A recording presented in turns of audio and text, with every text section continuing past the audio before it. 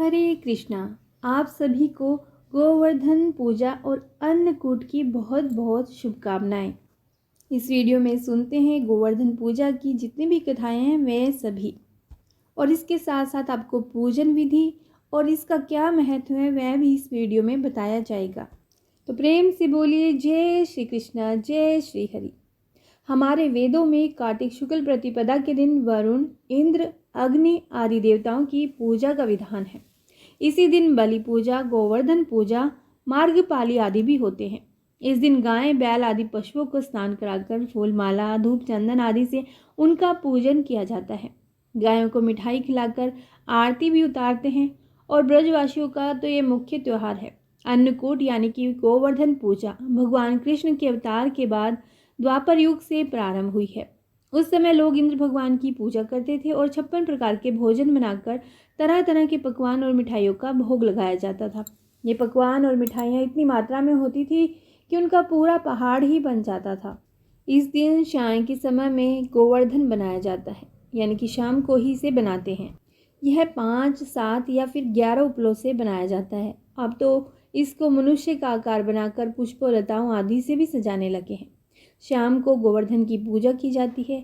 पूजा में धूप, दीप, नैवेद्य, जल, फल, फूल, खील और बताशे का प्रयोग किया जाता है। गोवर्धन में ओंगा यानी कि अपा मार्ग अनिवार्य रूप से रखा जाता है। पूजा के बाद गोवर्धन जी की 7 परिक्रमाएं उनकी जय बोलते हुए लगाई जाती हैं। परिक्रमा के समय एक व्यक्ति हाथ में जल का लोटा और बाकी जो होते हैं वो खील लेकर चलते हैं।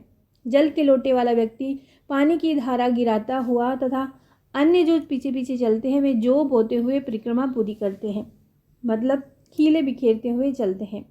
गोवर्धन जी गोबर से लेटे हुए पुरुष के रूप में भी बनाए जाते हैं। इनकी नाभि के स्थान पर एक कटोरी या मिट्टी का दिया रखा जाता है। फिर इसमें खील बताशे परिक्रमा करते समय डालते हैं। वहाँ पर नाभि के पास ही चावल और बूरा भी एक कटोरी में रखा जाता है। इस समय जौ आते हैं यानी कि नया अनाज आता है, जिससे नए चावल आते हैं। साल के नए चावलों से ही इसका पूजन किया जाता है। जो चावल बनाए जाते हैं उसमें थोड़ा बूरा डालकर इनको भोग लगाया जाता है। इस दिन पूजा का समय कोई प्रातः के समय करता है तो कहीं दोपहर पे और कोई शाम के समय गोवर्धन की पूजा करता है। और इस दिन संध्या के समय दैत्यराज बलि का भी पूजन किया जाता है। वामन जो कि भगवान विष्णु के एक अवतार है, उनकी राजा बलि पर विजय और बाद में बाली को पाताल लोक भेजने के कारण इस दिन उनका पुण्य स्मरण किया जाता है। यह माना जाता है कि भगवान वामन द्वारा दिए गए वरदान के कारण असुर राजा बाली इस दिन पाताल लोक से पृथ्वी लोक आता है। गोवर्धन गिरी भगवान के रूप में माने जाते हैं और इस दिन उनकी पूजा अपने घर में करने से धन, धान्य, संतान और गोरस की वृद्धि होती है। आज का दिन 3 उत्सवों का संगम होता है। अन्नकूट भी गोवर्धन पूजा को कहा जाता है। अन्नकूट में चंद्र दर्शन अशुभ माना जाता है। यदि प्रतिपदा में द्वितीया हो तो अन्नकूट अमावस्या को मनाया जाता है। इस दिन दस्तकार और कल कारखानों में कार्य करने वाले कारीगर भगवान विश्वकर्मा की पूजा भी करते हैं। इस दिन सभी कारखाने तो पूर्णतः बंद रहते ही हैं, यानी कि छुट्टी होती है। और घर पर भी कुटीर उद्योग चलाने वाले जितने भी कारीगर हैं वे भी काम नहीं करते। सभी अपने अपने औजारों की पूजा करते हैं। भगवान विश्वकर्मा और मशीनों एवं उपकरणों का दोपहर के समय पूजन किया जाता है। आइए सुनते हैं अन्नकूट यानी कि गोवर्धन पूजा की पौराणिक कथा। पूरी श्रद्धा और प्रसन्नचित्त मन से पूरे संयम से सुनिएगा। जय श्री गणेश। एक बार एक महर्षि ने ऋषियों से कहा कि कार्तिक शुक्ल पक्ष प्रतिपदा को गोवर्धन और अन्नकूट की पूजा करनी चाहिए। तब ऋषियों ने महर्षि से पूछा, अन्नकूट क्या है? गोवर्धन कौन है? इनकी पूजा क्यों तथा कैसे करनी चाहिए? इसका क्या फल होता है? इस सब का विधान विस्तार से कहकर कृतार्थ करें। महर्षि बोले, एक समय की बात है, भगवान श्री कृष्ण अपने सखा और गोप ग्वालों के साथ गाय चराते हुए गोवर्धन पर्वत की तराई में पहुंचे। वहां पहुंचकर उन्होंने देखा कि हजारों गोपियां 56 प्रकार के भोजन रखकर बड़े उत्साह से नाच गाकर उत्सव मना रही थी। पूरे ब्रज में भी तरह तरह के मिष्ठान और पकवान बनाए जा रहे थे। श्री कृष्ण ने इस उत्सव का प्रयोजन पूछा तो गोपियां बोली, आज तो घर घर में यह उत्सव हो रहा होगा, क्योंकि आज वृत्रासुर को मारने वाले मेघ देवता देवराज इंद्र का पूजन होगा। यदि वे प्रसन्न हो जाएं तो ब्रज में वर्षा होती है, अन्न पैदा होता है, ब्रजवासियों का भरण पोषण होता है, गायों को चारा मिलता है और जीविका उपार्जन की समस्या हल होती है। यह सुनकर श्री कृष्ण ने कहा, यदि देवता प्रत्यक्ष आकर भोग लगाए तब तो तुम्हें यह उत्सव और पूजा जरूर करनी चाहिए। गोपियों ने यह सुनकर कहा, कोटि कोटि देवताओं के राजा देवराज इंद्र की इस प्रकार निंदा नहीं करनी चाहिए। यह तो इंद्रोज नामक यज्ञ है, इसी के प्रभाव से अतिवृष्टि तथा अनावृष्टि नहीं होती। श्री कृष्ण बोले, इंद्र में क्या शक्ति है जो पानी बरसाकर हमारी सहायता करेगा? उससे अधिक शक्तिशाली तो हमारा यह गोवर्धन पर्वत है, इसी के कारण वर्षा होती है। अतः हमें इंद्र से भी बलवान गोवर्धन की पूजा करनी चाहिए। इस प्रकार भगवान श्री कृष्ण के वाकजाल में फंसकर ब्रज में इंद्र के स्थान पर गोवर्धन की पूजा की तैयारियां शुरू हो गई। सभी गोप गवाल अपने अपने घरों से सुमधुर मिष्ठान पकवान लाकर गोवर्धन की तलहटी में श्री कृष्ण द्वारा बताई गई विधि से गोवर्धन की पूजा करने लगे।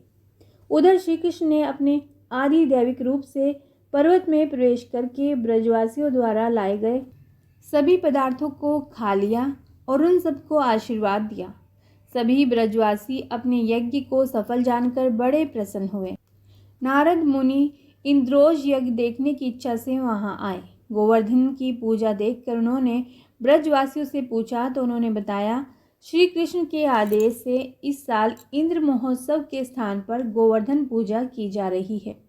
यह सुनते ही नारद उल्टे पांव इंद्रलोक पहुंचे तथा उदास तथा खिन्न होकर बोले, हे राजन, तुम महलों में सुख की नींद सो रहे हो। उधर गोकुल के निवासी गोपों ने इंद्रोज बंद करके आपसे बलवान गोवर्धन की पूजा शुरू कर दी है। आज से यज्ञ आदि में उसका भोग तो हो ही गया। यह भी हो सकता है कि किसी दिन श्री कृष्ण की प्रेरणा से मैं तुम्हारे राज्य पर भी आक्रमण करके इंद्रासन पर भी अधिकार कर लें। नारद तो अपना काम करके चले गए। अब इंद्र क्रोध में लाल पीले हो गए। ऐसा लगता था जैसे उनके तन बदन में अग्नि प्रवेश कर गई हो। इंद्र ने इसमें अपनी मान हानि समझकर अधीर होकर मेघों को आज्ञा दे दी कि गोकुल में जाकर प्रलयकालिक मूसलाधार वर्षा से पूरा गोकुल तहस नहस कर दो। वहाँ प्रलय का सा दृश्य उत्पन्न कर दो। पर्वताकार प्रलयकारी मेघ ब्रजभूमि पर जाकर मूसलाधार बारिश करने लगे। कुछ ही पलों में ऐसा दृश्य उत्पन्न हो गया कि सभी बाल ग्वाल भयभीत हो उठे। भयानक वर्षा देखकर ब्रजमंडल घबरा गया। सभी ब्रजवासी श्री कृष्ण की शरण में जाकर बोले, भगवान, इंद्र हमारी नगरी को डुबोना चाहता है, आप हमारी रक्षा कीजिए।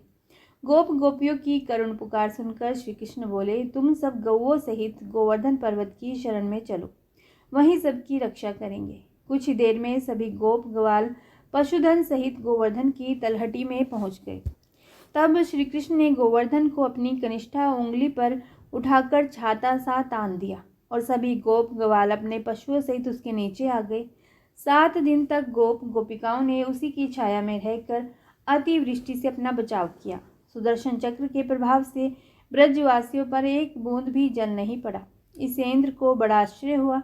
यह चमत्कार देखकर और ब्रह्मा जी द्वारा श्री कृष्ण अवतार की बात जानकर इंद्र को अपनी भूल पर पश्चाताप हुआ। वह स्वयं ब्रज गए और भगवान कृष्ण के चरणों में गिरकर अपनी मूर्खता पर क्षमा याचना करने लगे। 7वें दिन श्री कृष्ण ने गोवर्धन को नीचे रखा और ब्रजवासियों से कहा, अब तुम प्रतिवर्ष गोवर्धन पूजा करके अन्नकूट का त्योहार मनाया करो। तभी से यह त्योहार अन्नकूट के नाम से मनाया जाने लगा। आइए श्री गोवर्धन महाराज जी की आरती करते हैं। ओम जय श्री गोवर्धन महाराज, ओ गोवर्धन महाराज, तेरे माथे मुकुट विराज रहियो, तेरे माथे मुकुट विराज रहियो। तो पे पान चढ़े, तो पे फूल चढ़े, तो पे चढ़े दूध की धार, तेरे माथे मुकुट विराज रहियो। तेरी 7 कोस की परिक्रमा और चकलेश्वर विश्राम, तेरी 7 कोस की परिक्रमा और चकलेश्वर विश्राम। तेरे माथे मुकुट विराज रहियो, तेरे माथे मुकुट विराज रहियो। तेरे गले में कंठा साज रहियो, तेरे गले में कंठा साज रहियो। ठोड़ी पे हीरा लाल, तेरे माथे मुकुट विराज रहियो। तेरे कानन कुंडल चमक रहियो, तेरी झांकी बनी विशाल। तेरे माथे मुकुट विराज रहियो, तेरे माथे मुकुट विराज। गिरिराज धरन प्रभु तेरी शरण, करो भक्तों का बेड़ा पार। गिरिराज धरन प्रभु तेरी शरण, करो भक्तों का बेड़ा पार। तेरे माथे मुकुट विराज रहियो, तेरे माथे मुकुट विराज। जय श्री कृष्ण। इसमें 56 भोगों के बारे में बताया गया है। भगवान को लगाए जाने वाले भोग की बहुत बड़ी महिमा है। इनके लिए 56 प्रकार के व्यंजन भी परोसे जाते हैं भगवान श्री कृष्ण के सामने इस दिन। यह भोग रसगुल्ले से शुरू होकर दही चावल पूरी पापड़ आदि से होते हुए इलायची पर जाकर खत्म होते हैं। अष्टपहर भोजन करने वाले बाल कृष्ण भगवान को अर्पित किए जाने वाले 56 भोग के पीछे भी एक कथा है। ऐसा कहा जाता है कि यशोदा जी बालकृष्ण को एक दिन में अष्टपहर भोजन कराती थी, अर्थात बालकृष्ण 8 बार भोजन करते थे। जब इंद्र के प्रकोप से सारे व्रज को बचाने के लिए भगवान श्री कृष्ण ने गोवर्धन पर्वत को उठाया था, तब लगातार 7 दिन तक भगवान ने अन्न और जल ग्रहण नहीं किया था। 8वें दिन जब भगवान ने देखा कि अब इंद्र की वर्षा बंद हो गई है, तो उन्होंने सभी ब्रजवासियों को गोवर्धन पर्वत से बाहर निकाल जाने को कहा। तब दिन में 8 पहर भोजन करने वाले व्रज के नंदलाल कन्हैया का लगातार 7 दिन तक भूखा रहना उनके व्रजवासियों और मैया यशोदा के लिए बहुत कष्टप्रद था। भगवान के प्रति अपनी अनन्य श्रद्धा भक्ति दिखाते हुए सभी ब्रजवासियों सहित यशोदा जी ने 7 दिन और अष्टपहर के हिसाब से 56 व्यंजनों का भोग लगाकर बालकृष्ण को मनाया। और श्रीमद् भागवत के अनुसार गोपिकाओं ने 1 माह तक यमुना में भोर में ही न केवल स्नान किया बल्कि कात्यायनी माँ की अर्चना भी की। इस मनोकामना से ही उन्हें नंद कुमार ही पति रूप में प्राप्त हुए। श्री कृष्ण ने उनकी मनोकामना पूर्ति की सहमति दे दी। व्रत समाप्ति और मनोकामना पूर्ण होने के उपलक्ष्य में ही उद्यापन स्वरूप गोपिकाओं ने 56 भोग का आयोजन किया। ऐसा भी कहा जाता है कि गोलोक में भगवान श्री कृष्ण राधिका जी के साथ एक दिव्य कमल पर विराजते हैं। उस कमल की 3 परतें होती हैं। पहली परत में 8, दूसरी में 16 और तीसरी में 32 पंखुड़ियाँ होती हैं। प्रत्येक पंखुड़ी पर एक प्रमुख सखी और मध्य में भगवान विराजते हैं। इस तरह कुल पंखुड़ियों की संख्या भी 56 होती है। और 56 भोग इस प्रकार से हैं। सबसे पहले आता है भात, दूसरा आता है सूप जिसे दाल कहते हैं, तीसरा प्रलय जिसको चटनी कहते हैं, चौथा है सदिका जिसको कड़ी कहते हैं, 5वां है दधी शाकचा जिसे दही शाक की कड़ी कहते हैं, छठा है शिखरन, 7वां शरबत, 8वां बाटी, 9वां मुरब्बा, 10वां शर्करा युक्त और 11वां है बड़ा और 12वां है मठरी, 13वां फेनी, 14वां पूरी, 15वां खजला, 16वां घेवर, 17वां मालपुआ, 18वां चोला और 19वां जलेबी, 20वां मेसू, 21वां रसगुल्ला, 22वां पगी हुई जिसे चंद्रकला कहते हैं, 23वां दही जिसे रायता भी कहा जाता है, 24 पे है सूली थूली और 25 पे है लौंगपूरी, 26 पे खूरमा, 27 पे दलिया, 28 पे परीखा, 29 पे सौंफ युक्त और 30 पे बिलसारू जिसे दधी रूप भी कहते हैं, 31 है लड्डू, 32 है साग, 33 पे अघोना अचार और 34 पे मोठ, 35 खीर, 6 पे दही और 37 पे घोव घृत यानी कि गाय का घी और 38 पे है मक्खन, 39 पे मलाई, 40 पे रबड़ी, 41वां पापड़, 42वां सीरा, 43वीं लस्सी, 44वां सुवत, और फिर 45 पे मोहन और 46 पे सुपारी, 47 इलायची, 48 पे फल, 49 पे तांबुल, 50 पे मोहन भोग, 51वां लवण, 52वां कषाय, 53वां मधुर, 54 पे तिक्त, 55 पे कटु और 56 पे अमल यानी कि खट्टा पदार्थ। ये सभी भोग इस दिन श्री कृष्ण को लगाए जाते हैं। दीपावली के दूसरे दिन ही इस त्योहार को मनाया जाता है। तो इस अन्नकूट का अर्थ होता है अन्न का ढेर।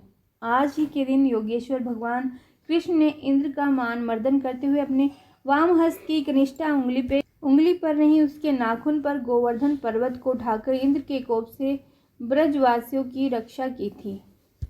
गोवर्धन पर्वत मथुरा से लगभग 22 किलोमीटर दूर स्थित है। गिरिराज गोवर्धन को भगवान कृष्ण का साक्षात स्वरूप माना जाता है। इनकी परिक्रमा की जाती है जो अनंत पुण्य फलदायी होती है और मनुष्य की समस्त मनोकामनाओं को भी पूरी करती है।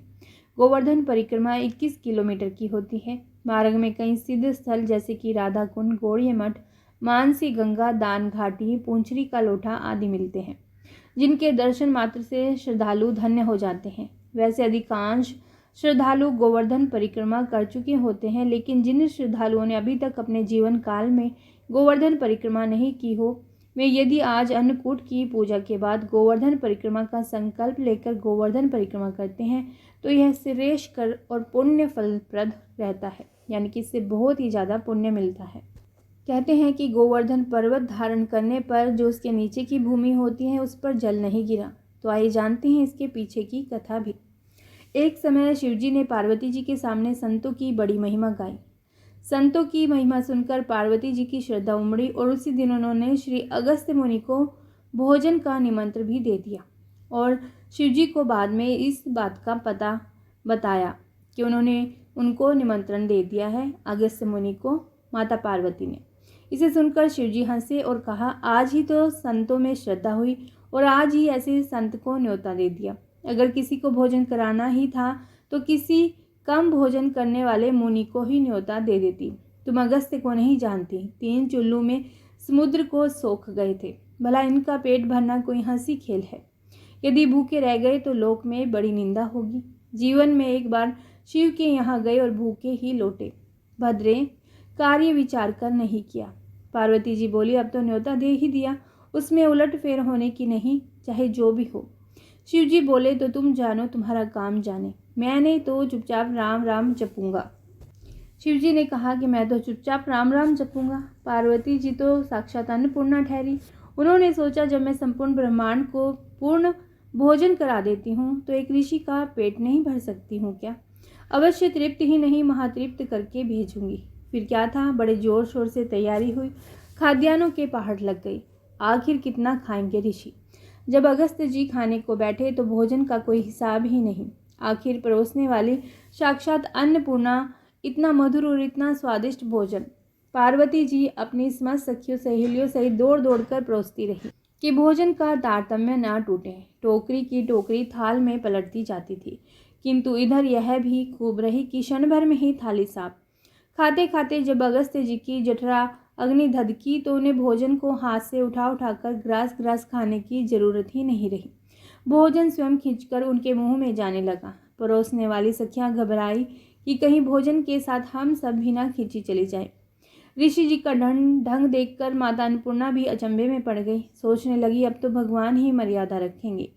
ठीक कहा था शंभू जी ने, किंतु साथ ही माता पार्वती को शिव पर झुंझलाहट भी हो रही थी कि देखो तो मैं तो हैरान हूँ, ऐसे समय पर मेरी सहायता के बजाय मुंह फेरे बैठे हैं। निरुपाय अन्नपूर्णा ने भगवान का द्वार खटखटाया। ठीक भी है, हारे को हरि नाम प्रसिद्ध ही है। भगवान तुरंत ही बाल ब्रह्मचारी का रूप धारण कर आ पहुँचे और बोले, भगवती भिक्षाम देही। पार्वती जी घबराई, मैं तो एक को ही पूर्ण करने में परेशान हूँ, ये दूसरे समाज सेवक भी आ गए, सो भी भूखे ही। परंतु धर्म से विवश होकर ब्रह्मचारी जी के लिए भी ऋषि के समीप ही आसन लगाया जाने लगा। अगस्त्य जी ने अपनी समीप आसन नहीं लगाने देते थे, किंतु ब्रह्मचारी भी पूरे जिद्दी थे। अड़ गए कि बैठूंगा तो यहीं। हार कर अगस्त्य जी चुप हो गए। बाल ब्रह्मचारी ने थोड़ा सा भोजन पाकर ही आचमन कर लिया। माता पार्वती ने पूछा, प्रभु इतनी जल्दी खाना क्यों बंद कर दिया? वे बोले, हम ब्रह्मचारी हैं, अधिक खाने से आलस से प्रमाद आता है, जिससे भजन में बाधा होती है। और क्या हम इनकी तरह भूखे थोड़े ही हैं कि पूर्ण ही ना हों। उधर अगस्त जी ने भी संकोच के कारण खाना बंद कर दिया कि पंगत में एक खाता रहे और दूसरा आचमन कर ले। दूसरी बात यह है कि जो बाद में आया वह पहले कहा चुका है। खाना तो बंद कर दिया, किंतु अगस्त जी ने जल नहीं पिया था। वह ब्रह्मचारी पर बिगड़े, तुमने मुझे जल नहीं पीने दिया। भगवान ने कृपा करके अपने स्वरूप के दर्शन कराए और कहा, आप धैर्य धरें, आपको जल मैं द्वापर में पिलाऊंगा। निमंत्रण मैं आज ही दे देता हूँ। जब इंद्र ने अपने लिए होने वाले यज्ञ के बंद होने पर ब्रज डुबोने के लिए अतिवृष्टि की थी, तब भगवान ने उस जल का शोषण करने के लिए अगस्त ऋषि को नियुक्त किया था। इस कारण नीचे की जमीन जलमग्न नहीं होने पाई थी। जय श्री कृष्ण। तो यह कारण था, जब श्री कृष्ण ने गोवर्धन पर्वत को उठाया तो उसके नीचे खड़े गोपालवासी गोकुलवासी नहीं भीग पाए थे। कृष्ण के गोवर्धन पर्वत को शापित भी कहते हैं। गोवर्धन पर्वत को गिरिराज पर्वत भी कहा जाता है। 5000 साल पहले यह गोवर्धन पर्वत 30,000 मीटर ऊंचा हुआ करता था और अब शायद 30 मीटर ही रह गया है। पुलस्त्य ऋषि के श्राप के कारण यह पर्वत एक मुट्ठी हर रोज कम होता जा रहा है। इसी पर्वत को भगवान कृष्ण ने अपनी छोटी अंगुली पर उठा लिया था। श्री गोवर्धन पर्वत मथुरा से 22 किलोमीटर की दूरी पर ही स्थित है। पौराणिक मान्यता के अनुसार श्री गिरिराज जी को पुलस्त्य ऋषि द्रोणाचल पर्वत से ब्रज में लाए थे। और दूसरी मान्यता यह भी है कि जब राम सेतुबंध का कार्य चल रहा था तो हनुमान जी इस पर्वत को उत्तराखंड से ला रहे थे, लेकिन तभी देववाणी हुई कि सेतुबंध का कार्य पूर्ण हो गया है। तो यह सुनकर हनुमान जी ने इस पर्वत को ब्रज में ही स्थापित करके दक्षिण की ओर में पुनः लौट गए थे। सभी हिंदू जनों के लिए इस पर्वत की परिक्रमा बहुत ही महत्वपूर्ण है। वल्लभ संप्रदाय के वैष्णव मार्गी लोग तो इसकी परिक्रमा अवश्य ही करते हैं, क्योंकि वल्लभ संप्रदाय में भगवान कृष्ण के उस स्वरूप की आराधना की जाती है जिसमें उन्होंने बाएं हाथ से गोवर्धन पर्वत उठा रखा है और उनका दाएं। गोवर्धन पूजा के बारे में एक और कथा प्रचलित है। वह व्यास जी की कथा है, इस प्रकार से है। श्री व्यास जी ने अर्जुन से कहा, पूर्व काल की बात है, 3 बलवान असुरों ने आकाश में अपने नगर बना रखे थे। वे नगर विमान के रूप में आकाश में विचरा करते थे। उन 3 नगरों में एक लोहे का, दूसरा चांदी का और तीसरा सोने का बना था। जो सोने का बना था उसका स्वामी था कमलाक्ष।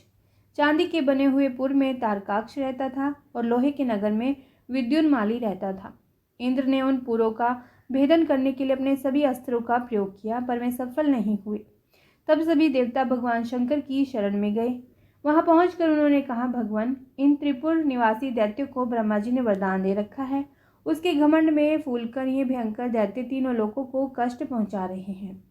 महादेव, आपके सिवा दूसरा कोई इनका नाश करने में समर्थ नहीं है। आप ही इन देवद्रोहियों का वध कीजिए। देवताओं के ऐसा कहने पर भगवान शंकर ने उनका हित साधन के लिए तथास्तु कहा और एक दिव्य रथ तथा अस्त्रों का निर्माण किया। दिव्य रथ का निर्माण इस प्रकार से हुआ। रथ की ध्वजा गंधमादन और विंध्याचल पर्वत बने और रथ बनी समुद्र और वनों सहित संपूर्ण पृथ्वी। नागराज शेष रथ की धुरी के स्थान पर रखा गया। पहिया बने चंद्रमा और सूर्य। एलपत्र के पुत्र को पुष्पदंत को जुए की कीले बनाया गया। मलयाचल को जुआ बनाया गया। तक्षक नाग को बनाया गया जुआ बांधने की रस्सी। घोड़े की बागडोर बने संपूर्ण प्राणी और चारों वेद बने थे रथ के 4 घोड़े। लगाम बने उपवेद। गायत्री और सावित्री बनी थी पगहा। ओंकार को बनाया चाबुक। ब्रह्मा जी बने सारथी और गांडीव धनुष को बनाया मंदराचल को गांडीव धनुष बनाया और वासुकी नाग को प्रत्यंचा बनाया। भगवान विष्णु बाण बने और बाण का फल बने अग्निदेव। बाण की पांख बने वायुदेव। बाण की पूंछ बने व्यवस्थ यम। बाण की फल की धार बनी बिजली। मेरु को प्रधान ध्वजा बनाया। इस प्रकार सर्वदेव में दिव्य रथ तैयार कर भगवान शंकर उस पर आरूढ़ हुए। भगवान शंकर उस रथ में 1000 वर्ष तक रहे। जब तीनों पुर आकाश में एकत्रित हुए, एक सीध में आ गए, तब शिवजी ने 3 गांठ और 3 फल वाले बाण से उन तीनों पुरों को एक बार में ही भेद डाला। हे अर्जुन, यह घटना कार्तिक शुक्ल पक्ष की प्रतिपदा को घटी थी। इस दिन भगवान शंकर की आराधना करने से मानव विश्व विजयी हो जाता है और शिवजी हर तरह के सुख साधन प्रदान करते हैं। इसीलिए हे अर्जुन, तुम शिवजी की आराधना करो तुम्हारा कल्याण हो। भगवान शंकर ही रुद्र, शिव, अग्नि, सर्वज्ञ, इंद्र, वायु और अश्वनी कुमार हैं। वही बिजली और मेघ हैं। सूर्य, चंद्रमा, वरुण, काल, मृत्यु, यम, रात, दिवस, मास, पक्ष, ऋतु, संवत्सर, संध्या, धाता, विधाता, विश्वात्मा और विश्वकर्मा भी वही हैं। वे निराकार होकर भी संपूर्ण देवताओं के आकार धारण करते हैं। वे एक, अनेक, सौ, हजारों, लाख हैं। हे अर्जुन, शिवजी की महिमा में 1000 वर्ष तक कहता रहूं तो भी उनके गुणों को पार नहीं पा सकता। कार्तिक शुक्ल प्रतिपदा को जो भी प्राणी महाभारत की पूजा भगवान शिव की आराधना करके करता है, वह समस्त सुखों का अधिकारी हो जाता है। शिवजी ने व्यास जी को वरदान दिया था कि आपके लिखित इस ग्रंथ में मेरा विजेश्वर नाम से निवास होगा, और जो भी महाभारत ग्रंथ का रसास्वादन करेगा या फिर कराएगा, उसकी मनोकामना पूरी होगी। अर्थात जो भी इसे सुनेगा और सुनाएगा, उसकी मनोकामना पूर्ण होगी। ओम नमः शिवाय। तो एक बार फिर आपको गोवर्धन पूजा की बहुत बहुत शुभकामनाएं। बंसी की धुन पर सबके दुख वो हरता है, आज भी अपना कन्हैया कई चमत्कार करता है। एक बार फिर से आपको गोवर्धन पूजा के बारे में बता देते हैं। गोवर्धन पूजा वाले दिन ब्रह्म मुहूर्त में उठकर स्नान करें और भगवान श्री कृष्ण की पूजा करें। इसके बाद दोपहर के समय घर के आंगन में गोवर्धन महाराज की प्रतिमा बनाएं। गोवर्धन महाराज की प्रतिमा गोबर के साथ बनाई जाती है। गोवर्धन महाराज के साथ गाय, बछड़े और ब्रज की भी प्रतिमा बनाई जाती है। इसके बाद गोवर्धन महाराज और सभी प्रतिमा को फूल और खील से सजाएं। फिर शुभ मुहूर्त में गोवर्धन महाराज को रोली, अक्षत और चंदन लगाएं। बीच बीच में परिवार के साथ गोवर्धन महाराज के जयकारे लगाए परिक्रमा करें, भजन गाएं। इसके बाद दूध, पान, खील, बताशे, अन्नकूट आदि चीज़ें अर्पित करनी चाहिए। फिर पूरे परिवार के साथ पानी में दूध मिलाकर गोवर्धन महाराज की 7 बार परिक्रमा करें। परिक्रमा करने के बाद घी का दिया जलाएं और आरती करें। फिर गोवर्धन महाराज के जयकार लगाएं और घर के बड़ों का आशीर्वाद लें।